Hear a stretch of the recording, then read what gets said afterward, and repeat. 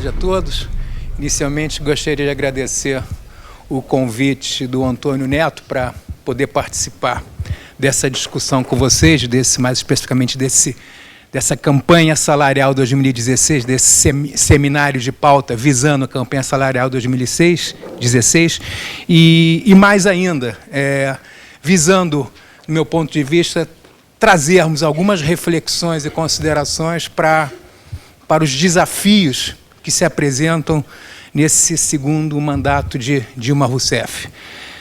Feito isso, antes de entrarmos especificamente na minha apresentação, eu vou fugir um pouco da questão essencialmente de curto prazo para 2016, vou fazer um cenário, traçar um cenário para 2016, mas vou me aventurar a trazer algumas considerações, reflexões, especulações para o segundo mandato de Dilma. Mas antes de entrar especificamente no tema, se fosse possível psicografar meu pai, com certeza ele estaria extremamente satisfeito com essas palavras apresentadas inicialmente pelo Antônio Neto. Ou seja, se dos elogios e das palavras carinhosas que ele apresentou no início do debate da tarde, se alguém as merece, não é esse que vos fala, mas com certeza meu pai seria um grande merecedor dessas palavras que o Antônio Neto fez na apresentação. Como é que eu gostaria de fazer essa discussão? Eu denominei Desafios e Perspectivas para a Economia Brasileira, visando, obviamente, o segundo mandato de Dilma, e eu resolvi fazer dividida nas seguintes... Deixa eu tentar passar aqui. Eu sou meio jurássico para essas coisas. Você consegue passar, não? Deixa eu ver se eu ajudo. Está ligado? Acho que não está ligado. A luz tem. Está passando? Tá Tem truque.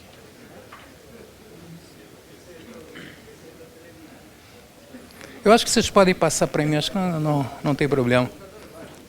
Pode ser? Vamos lá?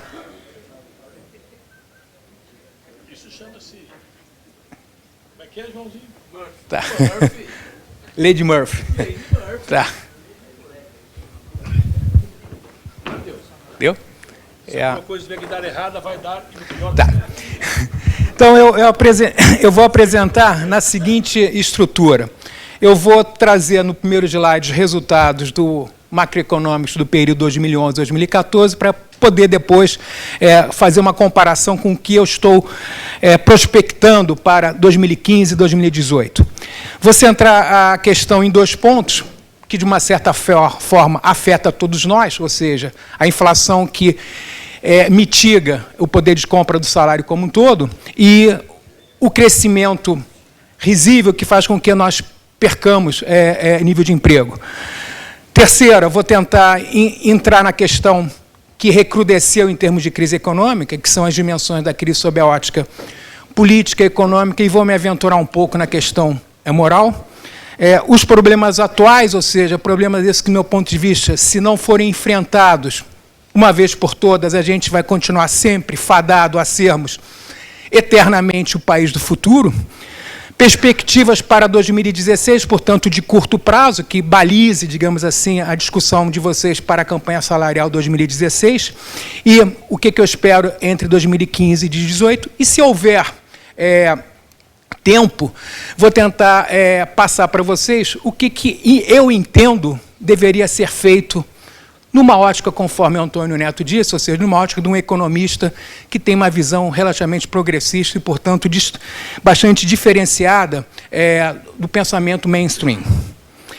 Se a gente pegar o período 2011-2014, o que a gente está falando em termos de dinâmica da economia brasileira sob a ótica de PIB, sob a ótica de inflação e outros indicadores, a gente tem esse comportamento que está nesse slide. Ou seja, a economia brasileira cresceu acumuladamente 8,7%.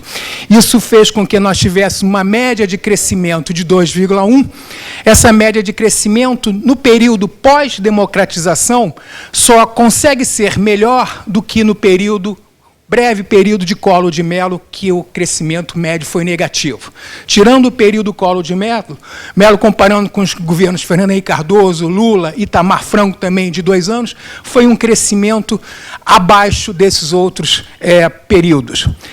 E não foi só um crescimento pífio, foi um crescimento que teve um comportamento, uma dinâmica que a gente chama de last stop and go, ou seja, ora ele dá uma acelerada, ora ele tem um arrefecimento, é o que a gente chama de crescimento tipo golfinho, que mergulha e depois submerge, ou que ficou convencionado de crescimento tipo voo da galinha.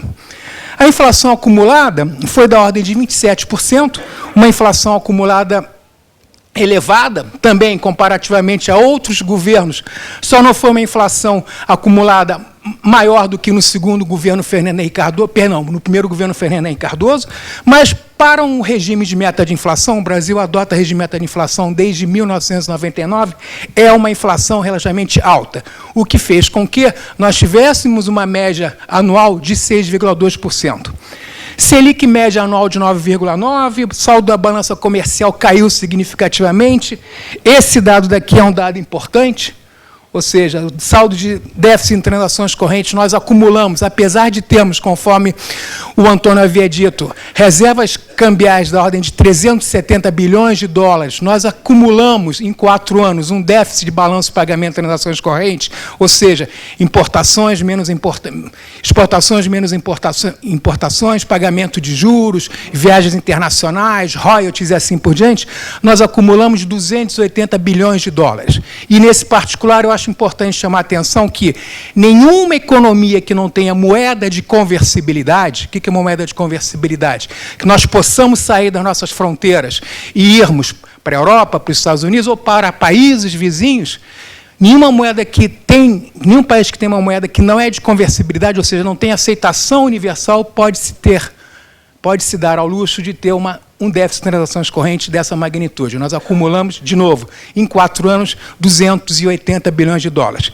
E a última questão preocupante foi que o resultado fiscal em relação ao PIB nesse período foi uma média de 1,7%. A média em si não é tão preocupante, mas é preocupante a trajetória desse resultado. O resultado primário, ou seja, receitas menos gastos dos governos nas esferas federal, estaduais e municipais, elas saíram de 3,1% do PIB em 2011 para 2,3% do PIB em 2012, para 1,9% do PIB em 2013 e para 0,6% negativo do PIB em 2014. Portanto, ela teve uma trajetória de queda significativa. E, obviamente, que essa trajetória de queda significativa fez com que houvesse, na virada de 2014 para 2015, uma mudança no discurso da política econômica, centrando a questão central no problema do déficit público, que eu vou criticar em seguida. Passando para o segundo ponto, ou seja, centrando especificamente na questão do crescimento econômico e na questão da inflação, 2 perguntas que eu apresento para a gente. Primeiro, por que o crescimento desacelerou? E aí tem várias explicações para a queda do crescimento, ou seja, crescimento a lá stop and go e uma média de 2,1 muito ruim. Primeira, eu tenho uma baixa relação formação bruta de capital fixo PIB, ou, em última instância, a relação investimento-PIB, seja investimento privado, seja investimento público, comparativamente ao PIB, ela é muito baixa. A média anual é de 18,6% e o crescimento médio do investimento nesse período, 2011-2014, foi de 1,8%. Vamos fazer uma análise comparativa. Chile, um país que provavelmente deve ter 2,5 vezes o crescimento, o PIB do Rio Grande do Sul, né? A relação investimento-PIB no Chile é da ordem de 24%. China, a locomotiva da economia, apesar da desaceleração, 45%. Outros países emergentes, comparativamente com a economia brasileira, México tem 27%, e assim por diante. Ou seja, de novo, a relação investimento-PIB brasileira ela é muito ruim. Se ela é muito ruim, isso significa que você tem pouca capacidade de dinamizar produção, atividade econômica e assim por diante. Segundo, se não bastasse isso, o crescimento entre 2011 e 2014 ele foi centrado basicamente em crescimento de consumo. A variação média anual da taxa de crescimento do consumo foi de 3,1%. Crescer sob a ótica de consumo é positivo? É positivo, só que um crescimento de consumo é um crescimento essencialmente efêmero, ele não se sustenta. Não se sustenta por vários fatores. Primeiro, porque as famílias não compram todo ano, 1, 2, 3 geladeiras, assim por diante. Terceiro, as famílias têm capacidade de limitação de endividamento. Quarto, se você não tiver resposta de crescimento de investimento, automaticamente você não consegue dinamizar a dinâmica de consumo. Ou seja, se houver um hiato entre dinâmica de crescimento de investimento e dinâmica de crescimento de consumo, acaba ocorrendo, em última instância, uma inflação de demanda por parte de comportamento de consumo. Se a gente analisar em termos setoriais, lado da oferta, lado da demanda e lado externo, a gente pode dizer o seguinte, sob a ótica do lado da oferta, o crescimento foi muito ruim, porque eu tive, nesse período, escassez da oferta de trabalho e baixa produtividade da mão de obra. Segundo, eu tenho uma carga tributária que é elevada e complexa. Terceiro, eu tenho uma excessiva burocracia para dinamizar as relações de abertura de empresas e assim por diante. Quarto, a infraestrutura do país é extremamente precária em termos de transporte, energia e assim por diante. Eu tenho lentidão da justiça, mercados regulatórios ineficientes e para alguns setores, houve alguns erros de decisão ou de intervenção especificamente em energia e petróleo, só para a gente ter uma ideia. O preço da energia foi reduzido artificialmente e o preço dos combustíveis foram congelados para não ter impacto no processo inflacionário, principalmente em 2013 e 2014. Pelo lado da demanda, conforme eu disse anteriormente, você teve um crescimento que foi alicerçado não no investimento, mas fundamentalmente em consumo. De novo, crescimento em consumo é como se fosse eu colocar álcool no fogo, ou seja, ele não se sustenta, se eu não tiver oxigenação e combustível suficiente, eu não sustento a dinâmica desse fogo, né? E mais ainda, você teve uma volatilidade da política econômica. Só para a gente ter uma ideia, a taxa de câmbio, em algum momento, de novo, por uma iniciativa pessoal, a Selic chegou a 7,25 e no ano passado fechou a 11,75. A taxa de câmbio, em algum momento, ela chegou a 1,99, 1,95, se eu não me engano, foi o valor mais baixo no governo Dilma, fechou no passado a 2,65. A política fiscal, ora você fazia um aperto fiscal no início do governo Dilma, mais especificamente entre o segundo trimestre de 2011 e o quarto trimestre de 2011, ora você flexibilizava a política fiscal. A questão fundamental é a seguinte, se eu tenho volatilidade da política macroeconômica, eu não sinalizo um ambiente institucional favorável para as pessoas tomarem decisões de investimento. Ou seja, se ora a taxa de câmbio é 1,90, e ora ela é 2,65, qual é o contrato de câmbio que vai me fazer fechar exportação e importação? Eu fico na dúvida. Se ora a Selic cai artificialmente para 7,25, ora ela sobe para 11,75, qual é a decisão de comprar títulos públicos ou investir no processo produtivo? Então, essa instabilidade ou essa volatilidade acaba gerando, em última instância, um ambiente institucional desfavorável para a tomada de decisão por parte de empreendedores, sejam eles públicos, sejam eles privados. E, por último, em termos de fator que afeta o crescimento da economia, sob a ótica principalmente de investimento, foi que houve uma deterioração, sim, isso não podemos negar, do cenário externo. Ou seja, a economia mundial, antes da crise internacional, antes de 2007, 2008, ela vinha crescendo em torno de 5,5%, 5,7%. A economia mundial hoje cresce em torno de 3%, 3,5%. Está claro? Então, a desaceleração da economia mundial acaba afetando, em última instância, o mercado exportador brasileiro acaba afetando as relações comerciais e financeiras do Brasil com o resto do mundo e assim por diante. Sendo que, agora, não somente os Estados Unidos desaceleram, mas também a China desacelera. A China vem crescendo 11% ao ano e a China agora vem crescendo algo próximo a 7% ao ano. Então, esse conjunto de fatores, de novo, lado da oferta, lado da demanda e a deterioração do cenário externo, são fatores que fazem com que nós tenhamos redução do investimento e um crescimento risível, conforme eu disse anteriormente, em média de 2,1% ao ano entre 2011 e 2014. Segunda questão, segunda pergunta. Por que a inflação persiste e, mais ainda, por que ela acelerou em 2015? Né? Vamos começar de baixo para cima. Ela persiste porque eu tenho alguns problemas de demanda, que são setoriais, né? Ou seja, em função do crédito, que vinha crescendo, o crédito já não cresce tanto como vinha crescendo anteriormente. Crescimento recente do rendimento médio, o rendimento médio cresceu até o ano passado, o rendimento médio não vem crescendo esse ano.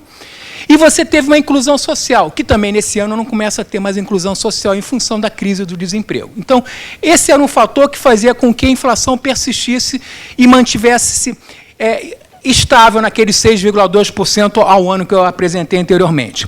Eu tinha problemas de oferta, ou seja, eu tinha e continuo tendo custos tributários, custos de lojistas que acabam afetando os custos de produção e custos de produção num segmento onde o setor produtivo não é essencialmente competitivo, mas é oligopolizado, é monopolizado e assim por diante. Isso acaba gerando, em última instância, repasse de preço, de custo para preço final.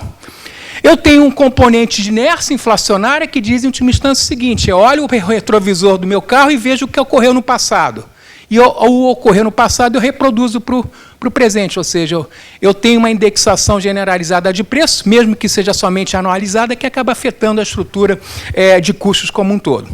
E eu tenho choques, aí sim, choques recentes, que fizeram a inflação sair de um patamar médio de 6,2% para os atuais 9,5%, com possibilidade de chegarmos a 2 dígitos em 2015. E que choques são esses? Primeiro, a desvalorização cambial. O câmbio em dezembro, último de dezembro, fechou em R$ 2,65. O câmbio hoje, não sei, não verifiquei na internet, mas não deve estar muito diferente do fechamento de sexta-feira. 3,80, 3,90. Ou seja, isso significa uma desvalorização cambial da ordem de 45%, 50% em 10 meses. O que significa isso? Eu tenho alguns cálculos que dizem que eu tenho um efeito transmissor de câmbio para preços da ordem de 10%.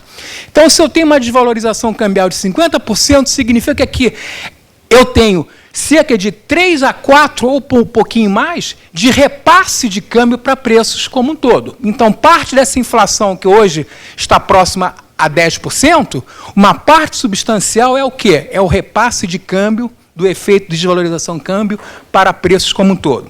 Mas eu tenho outro repasse, que foi o que ocorreu na virada de 2014 para 2015, ou seja, o reajuste de energia elétrica e de combustível contribuiu para cerca de 1,8% na inflação de 2015. Ou seja, se eu junto o câmbio e eu junto esse repasse de energia e de combustível, isso dá mais ou menos uns 6% da inflação quase de 10% que a gente vai ter nesse ano. Ou seja, eu tive choques adicionais que fizeram com que a inflação se elevasse daquele patamar médio de 6,2% e chegasse aos atuais quase 10%. Pondo mais questões problemáticas, né, nessa conjuntura diversa, né? O que ocorreu ao longo de 2015, né? O que eu estou chamando de dimensões da crise. Em termos econômicos, conforme eu disse anteriormente, a inflação saiu no patamar de 6% e quase chegando a 10%, extremamente elevada para um regime de meta de inflação. Só para a gente ter ideia, o alvo da meta de inflação é 4,5%. Ou seja, se eu tenho quase 10%, eu tenho o dobro do alvo da meta de inflação. Eu tenho estagnação da atividade econômica. E mais ainda, não é só estagnação, eu tenho recessão da atividade econômica. Ano passado nós crescemos 0,1%, esse ano a gente deverá crescer 3 negativos, e ano que vem a projeção de crescimento também é negativa de 1 a 1,5%. Ou seja, a gente vai ter 3 anos aí de estagnação econômica e recessão econômica. E terceiro fator, eu tenho a ascensão do desemprego. Só para vocês terem uma ideia, desemprego em dezembro, está certo, é uma questão de sazonalidade. A taxa de desemprego cai. Ele fechou 4,8%. O desemprego último mensurado pelo IBGE, 8,2% em agosto. Ele dobrou, basicamente. Tá claro? É óbvio. Dezembro é um mês de sazonalidade. Você tem aumento do nível de emprego. Mas, independentemente disso, a média de desemprego no ano passado, a taxa média de desemprego mensal ano passado, foi 5,4%. Em agosto chegou a 8,4%. 8,2%, se eu não me engano.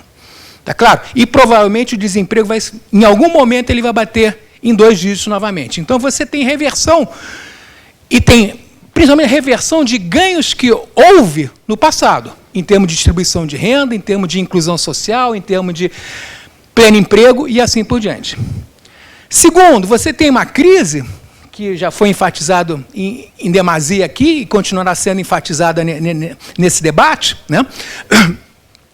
Que é a crise de natureza política, ou seja, o governo vem tendo recorrentemente derrotas no Congresso Nacional, tem tido ruídos com o PMDB, por mais que em prol da governabilidade, todas as tribos do PMDB agora tenham sido contempladas na reforma administrativa, desde a, não sei se ainda existe a ala progressista ou autêntica do PMDB, mas, de certa forma, o pouco que tem foi contemplado, os PMDBistas pragmáticos também, e os PMDBistas fisiológicos foram contemplados nessa reforma administrativa. Então, você tem uma reforma administrativa que, em prol da governabilidade, você faz uma aliança extremamente espúria, mais espúria do que já era, né? Você tem aproximação com partidos emergentes, que não dizem muita coisa, não tem representatividade, mas tem a reciprocidade de tomar lá da cá, e você tem desgastes com o PT ideológico e não pragmático. Tá claro? Então, você tem uma problemática sob a ótica política que dá esse imbróglio que a gente observa no Congresso Nacional e na dificuldade do governo articular alguma coisa decente em termos de projeto e assim por diante. E você tem uma crise, né, uma outra dimensão da crise, que é a crise moral, ou seja, que transcende muito a questão da Operação Lava Jato, né? Ou seja, a crise moral de valores, em última instância, dos pares que fazem parte, em última instância, desse cenário político, econômico, em nível federal, em nível legislativo e assim por diante. Quais são os problemas atuais? E se nós não encararmos, em algum momento, e a gente posterga encarar esses problemas, a gente não vai sair nunca, né, dessa ideia de continuarmos sermos eternamente o país do futuro, né? Primeiro, eu tenho um problema de desindustrialização da economia, né? E por que você tem um processo de desindustrialização? Tem 2 tipos de desindustrialização. Uma que é natural, ou seja, os países, a participação do PIB, em termos de agricultura, em termos de serviços, em termos de indústria, ele vai se alterando ao longo de décadas. Isso é uma evolução natural. Inicia-se pela participação mais robusta da agropecuária, depois você tem a predominância do setor industrial e acaba convergindo para a predominância do setor de serviços. Isso é um aspecto natural. A maioria dos países que são desenvolvidos, passa por esse, ou passou por esse processo, né? Só que a gente tem uma desindustrialização na economia brasileira que a gente chama de desindustrialização precoce. Isso, inclusive, é uma das teses do ex-ministro Luiz Carlos Bresser Pereira. E por que a gente tem uma desindustrialização precoce? Porque a gente tem elevado custo de produção, principalmente sob a ótica tributária, logística e questão cambial. Questão cambial agora está sendo até mitigada, porque, ao invés de termos uma apreciação cambial como tínhamos no passado, a gente está tendo, nos últimos meses, uma depreciação cambial. Então, o câmbio agora parece que está contribuindo para que essa questão da desindustrialização, sob a ótica cambial, não seja tão relevante. Mas acabou afetando significativamente a indústria brasileira nos anos 1990 e início dos anos 2000. E você tem um terceiro fator que faz com que nós tenhamos uma desindustrialização, que aí não depende de gestão de política econômica. Em última instância, a inserção de novos agentes no mercado internacional. A gente não está competindo somente com a China, a gente está competindo com a Índia, com o Vietnã, países africanos e assim por diante. Então, isso tudo faz com que nós percamos o mercado e, mais ainda, o setor industrial passe a ser consideravelmente afetado. E setor industrial em duas instâncias. Setor manufatureiro, ou nós exportávamos no passado produtos manufaturados com média tecnologia. Hoje em dia a gente exporta basicamente commodities. E, mais recentemente, desindustrialização sob a ótica de indústria de transformação. Segundo problema, você tem aceleração da inflação. Por quê? Você teve predominantemente choques e você tem uma inércia inflacionária que, de novo, nós sempre olhamos pelo retrovisor do nosso carro e trazemos a inflação passada para a inflação presente, mesmo que não haja motivos específicos para trazer uma inflação passada para o presente. Terceiro item, a gente tem adiamento de reformas estrutural institucionais, reforma tributária, previdenciária no sentido de, não de curto prazo, mas pensar que a população brasileira, ela está tendo, nós estamos perdendo bônus demográfico, população brasileira, em função de vários avanços na medicina, em função de qualidade de vida, e assim por diante, a população brasileira está tendo uma longevidade maior, e isso vai ter um problema calculatorial em algum momento no futuro. E outras questões que são importantes, fundamentalmente, para atender à demanda da Constituição Cidadã de 1988. Ou seja, a gente adia reformas para tentar ter estruturas, recursos, para dar qualidade de vida na população como um todo, para a população como um todo, decorrente da Constituição Cidadã de 1998. E aí, nesse particular, eu queria enfatizar uma questão, antes de explorar isso mais adiante. A questão tributária, para mim, é a mais importante, né, pela seguinte questão. Tem um estudo recente da comunidade dos países desenvolvidos, OCDE, que diz basicamente o seguinte, que, na média, os 20, 25 ou 30, não me recordo bem, países que fazem parte dessa composição, têm uma relação carga tributária PIB da ordem de 35%, semelhante à carga tributária PIB brasileira, né? Só que com a seguinte característica. Imposto indireto é algo próximo a 25%, 30% dessa carga tributária. Imposto de renda, imposto sobre capital, imposto sobre lucros, é da ordem de 70%. No caso brasileiro, dessa carga tributária em relação ao PIB de 34%, a gente tem mais ou menos a seguinte configuração. 55% é imposto sobre produtos e circulação de bens e serviços, e 30 e poucos por cento é imposto sobre renda e sobre lucro e capital. Está claro? Um outro elemento, né? Nós temos 4 faixas de imposto de renda, de 7,5% e a alíquota máxima 27,5%. Né? Chile, alíquota máxima 40%. México, alíquota máxima 35%. E assim por diante. Então, a nossa carga tributária, ela é esquizofrênica, ela é regressiva e ela é completamente injusta. Tá claro? Então, isso é uma questão que, se não for encarado em algum momento, a gente vai ter sempre esses gargalos fiscais e vai ter que criar situações casuísticas para recriação de CPMF e assim por diante, para tentar tapar o rombo do orçamento fiscal. Quarto ponto, nós tivemos recentemente pressões por demandas sociais, serviços públicos em gerais, em função fundamentalmente de uma melhoria econômico-social de classes de baixa renda. Então, aquelas manifestações que ocorreram em julho de 2013 foram manifestações, em grande parte, de segmentos da sociedade que tiveram mais ascensão e estão demandando serviços públicos de qualidade, que o Estado não tem condição de oferecer. Nós Temos problema de desequilíbrio de balanço de pagamento de transações correntes, como eu disse anteriormente, ou seja, de novo, enfatizar esse ponto. Nenhuma economia que não tenha, melhor dizendo, uma moeda de conversibilidade, não se pode dar ao luxo de ter um déficit de transações correntes acumulado como nós tivemos em quatro anos. Indo para o penúltimo ponto. Quais são as perspectivas de curto prazo e para 2015 e 2018? Né? Para 2016, as perspectivas de crescimento de PIB é uma variação entre 1 negativo e 1,5 negativo. Se a gente somar com os 3 para esse ano e o 0,1 no ano passado, em 3 anos a gente vai ter acumulado, um crescimento negativo. Fazer uma conta aritmética.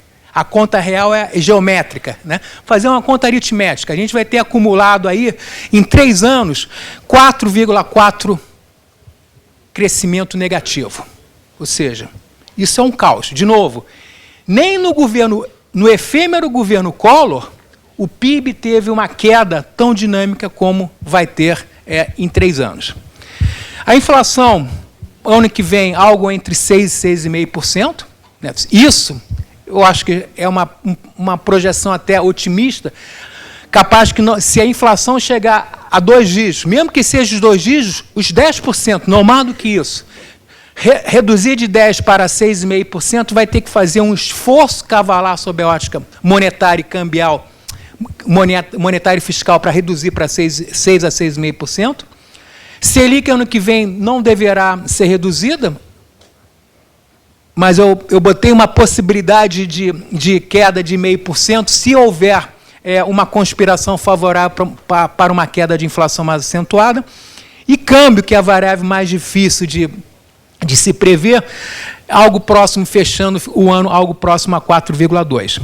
Mas o que importa mesmo é perspectiva para 2015 e 2018. Então, se a gente pensar lá que no PIB médio, entre 2011 e 2014, foi de 2,1%, crescimento médio, o crescimento previsto para 2015 a 2018 é 0,5% ao ano. Ou seja, nenhuma economia, com as mesmas características da economia brasileira, vai crescer tão risivelmente quanto a economia brasileira nesse período. Segundo, a gente vai ter uma inflação média aí de 6,9% ao ano. Eu estou supondo que ano que vem venhamos fechar entre 6% e 6,5%, e em 2017 e 2018 a gente consiga ter uma inflação média aí ao redor de 5%, 5,5%. Aí, se você fizer a inflação média dos 4 anos, é uma inflação média de 6,9%. Desemprego tende a crescer, e provavelmente ele crescer num curto prazo para 2 dígitos, mas é óbvio que ele não tende a se manter nesses 2 dígitos. Selic média tende a se elevar. Se a média da Selic entre 2011 e 2014 foi de 9,9%, a Selic nesse período vai ser muito maior do que o período anterior, e, obviamente, se ela é muito maior do que o período anterior, significa, em última instância, o seguinte: indo ao encontro do que foi dito no primeiro painel de hoje, né, o custo de rolar da dívida pública vai ser maior e, portanto, se esse custo de rolar da dívida pública é maior, mais esforço fiscal eu vou ter que fazer para pagar juros e não para oferecer serviços para a população, investimento público, assim por diante. E o que se espera em termos de resultado externo, aí sim, um aspecto positivo. Com um câmbio mais desvalorizado e com a economia sendo desaquecida domesticamente, sobram mais bens e serviços para serem exportados. Isso pode contribuir para que o desequilíbrio do setor externo seja amenizado. Está claro? Deixa eu enfatizar uma questão que eu acho importante, sobre que o Antônio Neto me colocou no início dessa sessão. A questão fiscal, por exemplo. Né? Como todos nós sabemos, o governo, a partir do ministro Levi, canta samba de uma nota só do Jobim, ou seja, tem a política fiscal como sendo, em última instância, o carro-chefe da política macroeconômica. Está claro? E aí contingencia gastos, propõe aumento de impostos e tenta, de uma certa forma, convencer o Congresso Nacional com outras medidas, eu estava lendo o boletim de vocês, medidas que, de certa forma, reduzem os benefícios sociais que foram obtidos ao longo dos últimos anos, para gerar uma receita em relação ao PIB possível de 0,7%. Essa é a projeção. É pouco provável que vai acontecer isso. Por quê? Porque se o PIB vai cair 3% esse ano, e com uma queda do PIB, você não tem receita para sustentar uma relação de 0,7% de superávit primário. Todavia, mesmo que nós compactuássemos com essa lógica do samba de uma nota só, qualquer aumento de Selic, e nesse ano a Selic já aumentou 3,25 pontos percentuais, qualquer aumento de Selic contribui para custo de rolada da dívida pública, qualquer aumento de 1 ponto percentual, para cerca de 6 bilhões de reais ano. Mais ainda, se nós pegarmos o resultado fiscal do governo, o que é o resultado fiscal do governo? É o resultado primário, aquilo que o governo arrecada, aquilo que ele gasta, isso dá um saldo, o saldo em relação ao PIB. E pegarmos o resultado financeiro do governo, o que é o resultado financeiro?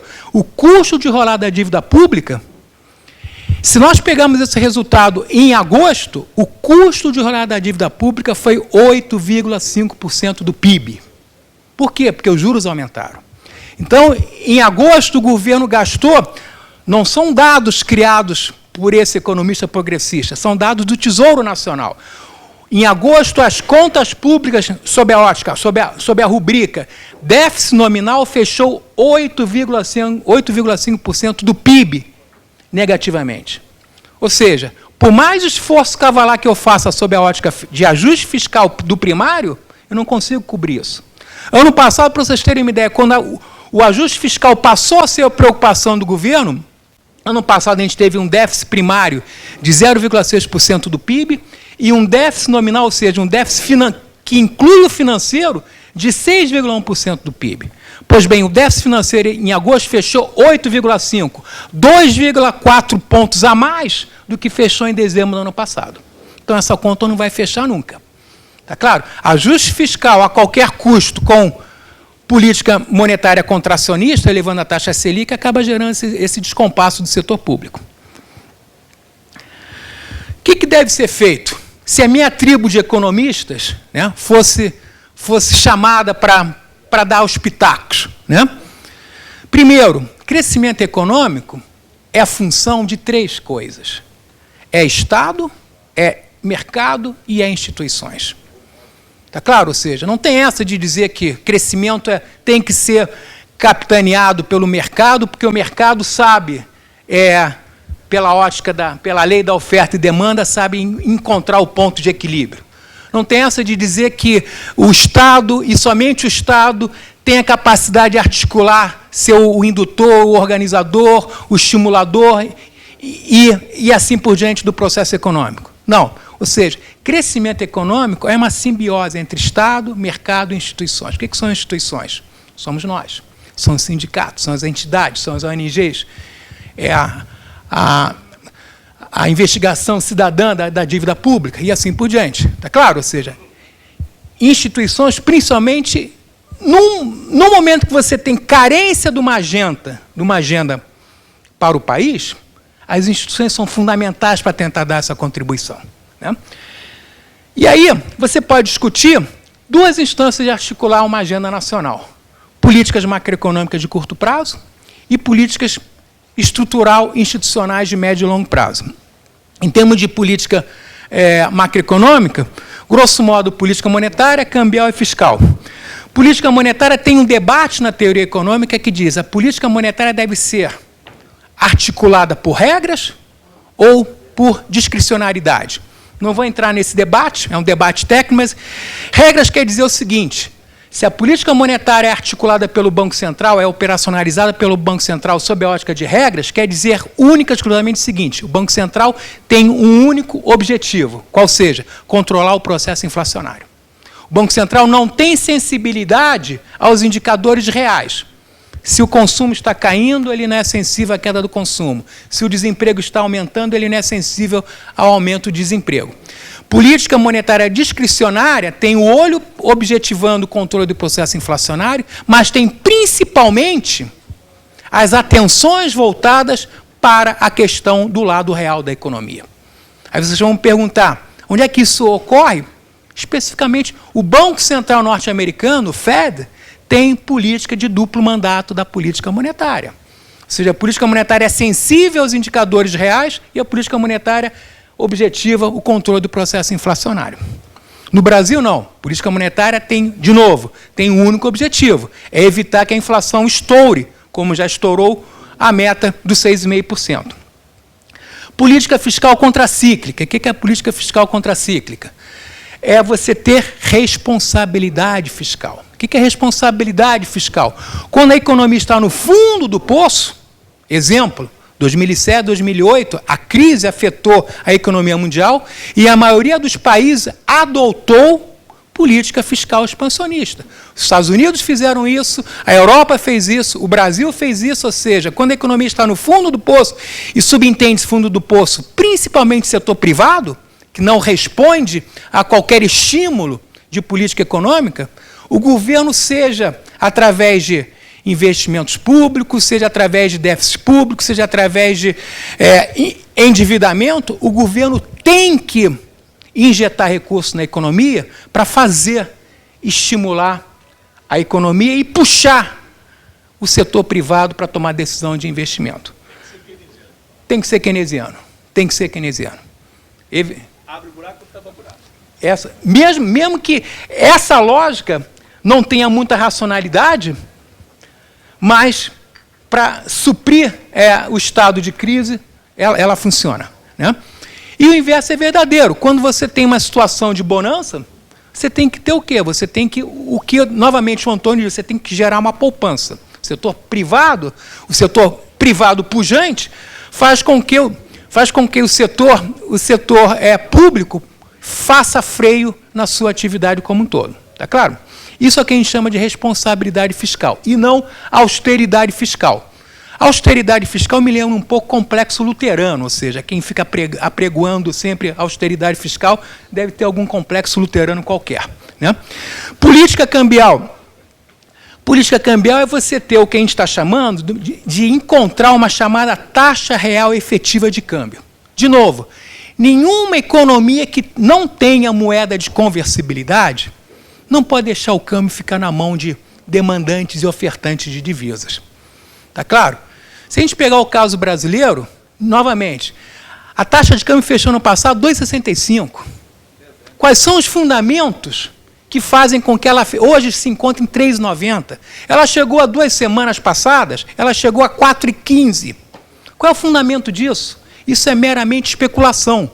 Em parte tem algum fundamento, porque a gente vai perder o grau de investimento pela segunda agência de rate, e aí quando perder o grau de investimento pela segunda agência de rate, você vai ter um outro disparate, um outro desequilíbrio do câmbio para cima, tá claro? Mas em grande parte é por quê? Porque o câmbio estando na mão de demandantes e ofertantes, você tem manipulação do preço do câmbio. Tá claro? Então você tem que ter câmbio, e principalmente porque câmbio é uma das variáveis mais difíceis de você prognosticar.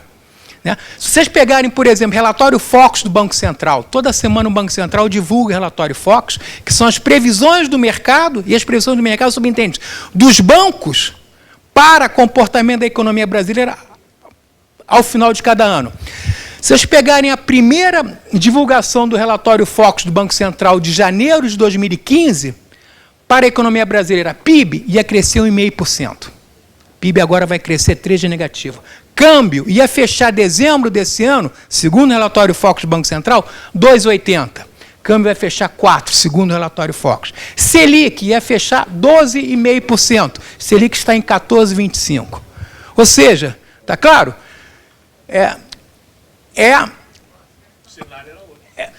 Independentemente do cenário ser outro, é um jogo de especulação que é complexo para você tentar entender. Tá claro?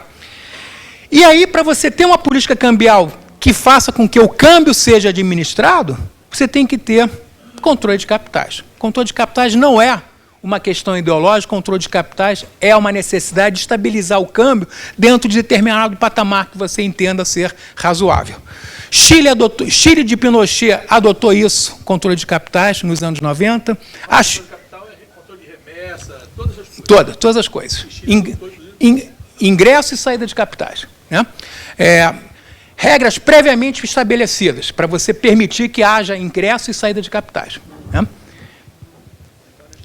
Reforma tributária, dentro do que eu disse anteriormente, ou seja, você tem que ter uma racionalização tributária e uma eficácia alocativa.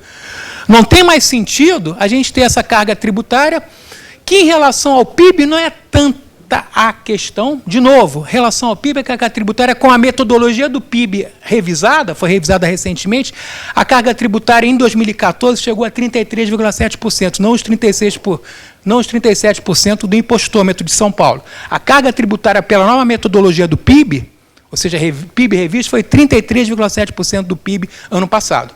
Está claro? Uma carga tributária elevada, com retornos parcos em termos de quê? Da população como um todo. Só que ela, comparativamente a outros países, ela não é tão dinâmica assim. Ela é esquizofrênica, ela é injusta, pelas questões que eu disse anteriormente. Né? Política industrial não é, de repente, crise no setor automotivo. Aí vai lá a indústria, setor automotivo, e pede isenção de IPI. Isso não é política industrial. Política industrial tem que atender todos os setores da economia como um todo. Isso é crédito, isso é subsídio, pesquisa e desenvolvimento e assim por diante. Política de renda para regular preços e salários. Né? E aí, nesse particular, eu diria que regular preços e salários, principalmente preços, é você expor a economia à competição. A economia brasileira não é exposta à competição. Os setores são predominantemente oligopolizados, monopolizados.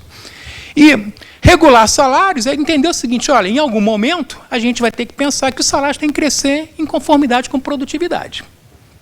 Pelo menos assim entendo eu. Né? Aumento de produtividade de fatores de produção, que aí são investimento em educação, legislação trabalhista, tributária e assim por diante. Reforma financeira, isso é fundamental, e aí vou tocar num ponto que hoje foi explorado hoje de manhã, ou seja, operações de swaps, ou seja, de trocas, sejam trocas cambiais, sejam trocas de títulos públicos, né? Tem que ser implementado, não tem sentido eu ter letras financeiras do Tesouro que rendem 14,25. Qual é o ativo? Qual é o ativo que rende, que tem custo zero, custo de default zero, porque o governo não vai ter default, rendimento imediato, ou seja, a liquidez quase que imediata, né? E prêmio elevado, 14,25. Qual é o ativo que compete com isso? Nenhum ativo compete com isso. Vender a indústria especular.